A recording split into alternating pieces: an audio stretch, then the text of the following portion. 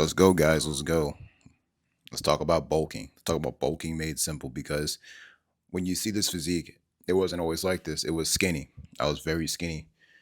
I'm actually, my body type is ectomorph, maybe teetering on the mesomorph side, meaning that genetically I am more likely to be very skinny. But as you can see, I was able to bulk up pretty well. And I'm a lean guy. I'm sitting at 6 foot, almost 6'1", 195 body weight with just a simple trick that I use to make bulking very, very well simple. And for those of you guys who don't know me, my name is Chike. I've been in the gym for like roughly 9, 10 years, almost a decade of my life. I am a gym rat at heart.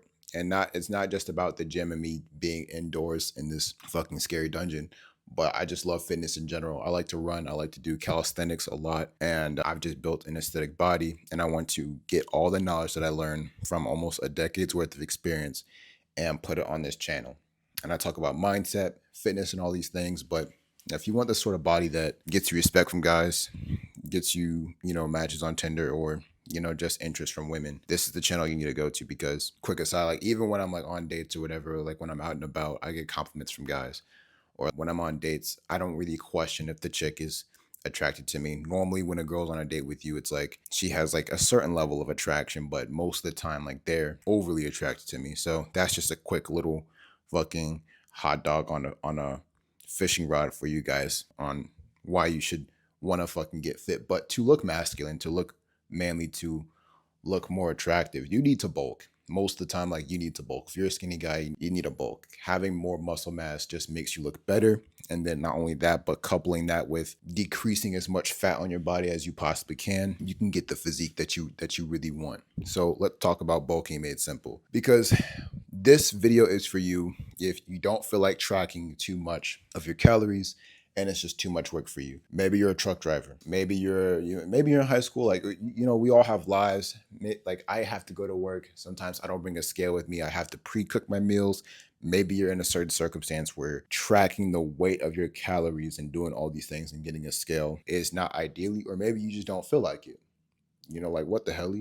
Let's figure it out. I want to get gains and not have to think too much. And that's exactly what you can do because that's what I did. I don't really think too much about what I'm doing. And it's not about genetics, it's just consistency and intention. So I'm going to give you a quick bulking method that can help you kind of bulk easier. And this isn't like a snake oil product. You still have to eat in a caloric surplus and train and get your protein numbers and recover and overcompensate for muscle damage. That's not going to change. To sum up just what it is I'm going to explain in 10 seconds, you're going to ballpark your meals, eat at the same time every day without snacks in between outside of the ones that you schedule, and you're going to train. And that's it. That's pretty much the video. If you want to click off, you can. But if you want me to go more in depth, that's exactly what I'm about to do. So you want to leverage your hunger response. You want to get as much leverage out of your hunger response as much as you possibly can. What causes hunger? Well, you have hormones that are found in foods like leptin and ghrelin, and I forgot how to say this, but I think it's acetylcholine or some shit like that. How hunger works is when your gut expands, there are nerves around your gut that when it expands, when it gets tight, it starts to send that message to the brain. It lets it know it's full. Not only that, but there's something in your gut called the vagus nerve. And the vagus nerve that takes the hormones that you get from foods and it says, hey, yeah, you got all this shit. Here you go. And then it lets your brain know I got all these hormones and sort of in food micronutrients and macronutrients in my body. I'm good.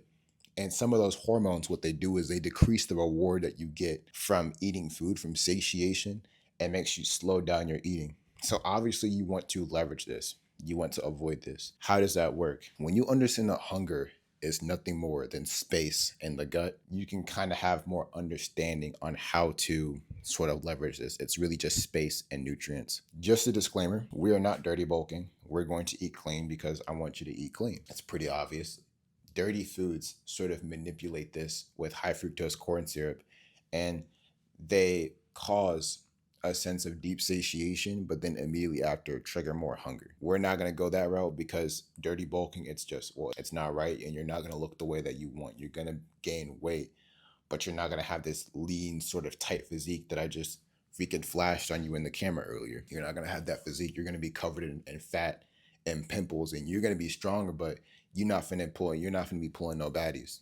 All right, because that's why we're trying to build muscle, right? So the way to do that is timing the speed of your hunger, the timing of your hunger, the speed in which you eat, and how much you focus when you're eating. Focus, just to cover that real quick. When you eat, put on some earbuds, lock in.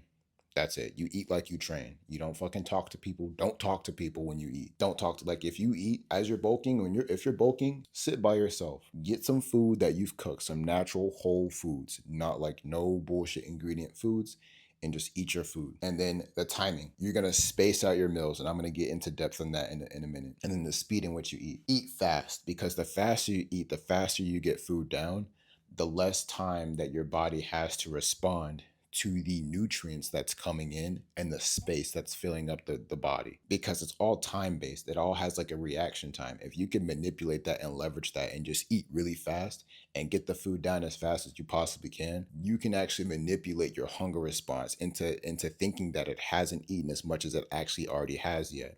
And by the time that you're done with your food, then it's going to be like, oh, okay, well, yeah, I'm actually full.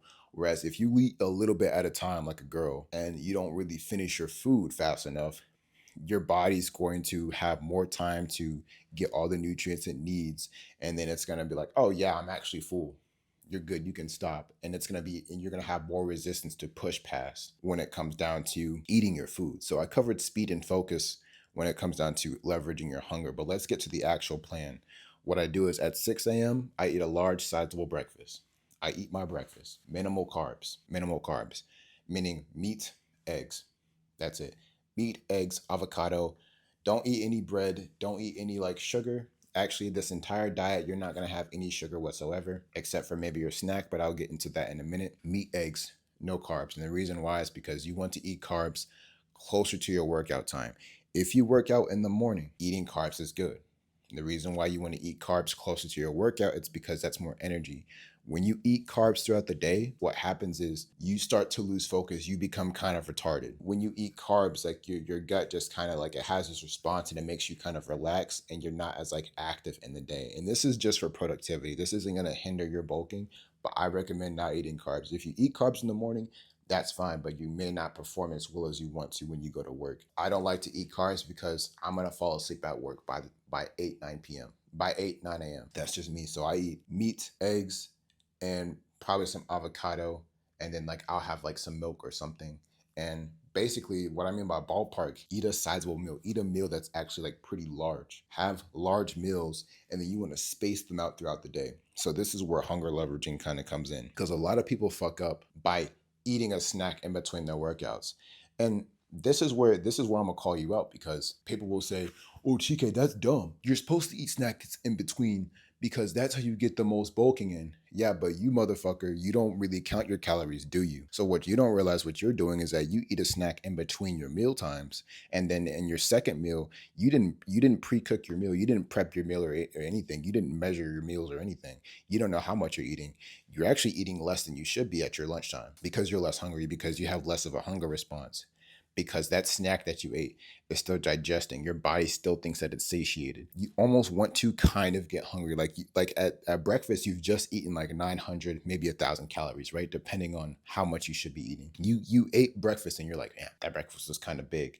You kind of ate like 1,000, maybe 800 calories. That's good. It doesn't matter how hungry you are. If you eat 1,800 calories, you got that energy there. But then you eat that 400-calorie snack, that 300-calorie snack, your body's kind of full.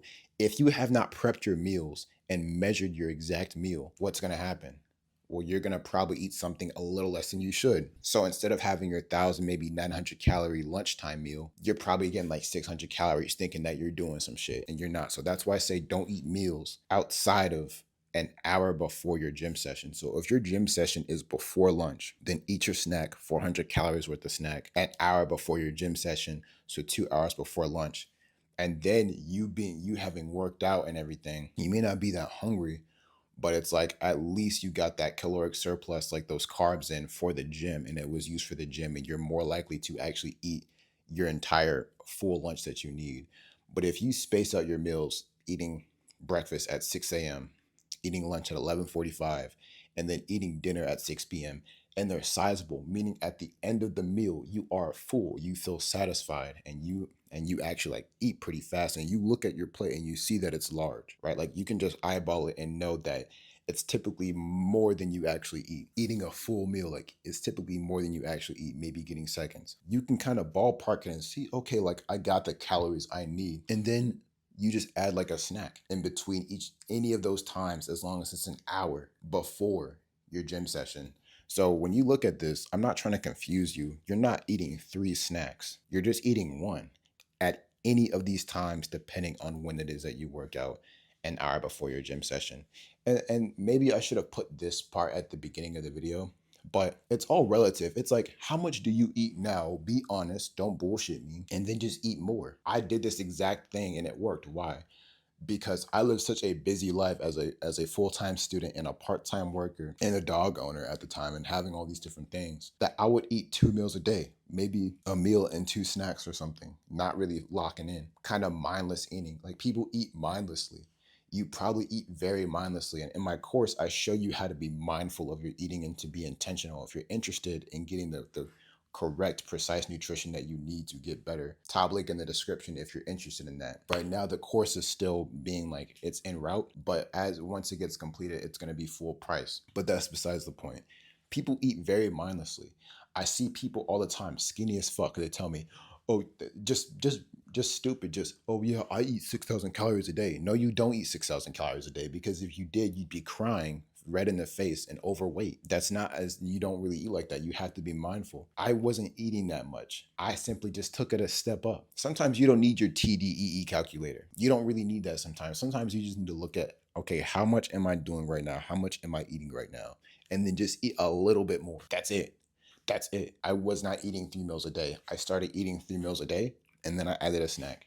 And the next thing you know, I hit 315. My bench press went up like 40 pounds. My squat went up from 365 to now it's at 445. And I still look pretty lean, because as I was eating those foods, what did I do? I didn't eat bullshit. I didn't eat bullshit, and I just trained consistently. That's it. So the method here really is ballpark your meals. Ballpark meaning eat more than you normally do, and then eat a snack an hour before the gym, and then you'll be good. And the reason why you don't want to eat a snack outside of any other time is because you want to allow yourself to get hungry, to get the calories you need when you eat the big sizable meals. The calories that you get from Pop Tarts and a Rice Krispie treat or a snack that you may eat, like I condone eating sweets before the gym. The calories that you get from that is not the same sort of calories that you get from eating a steak, rice, and potatoes or anything like that. It's different because the nutrients are different.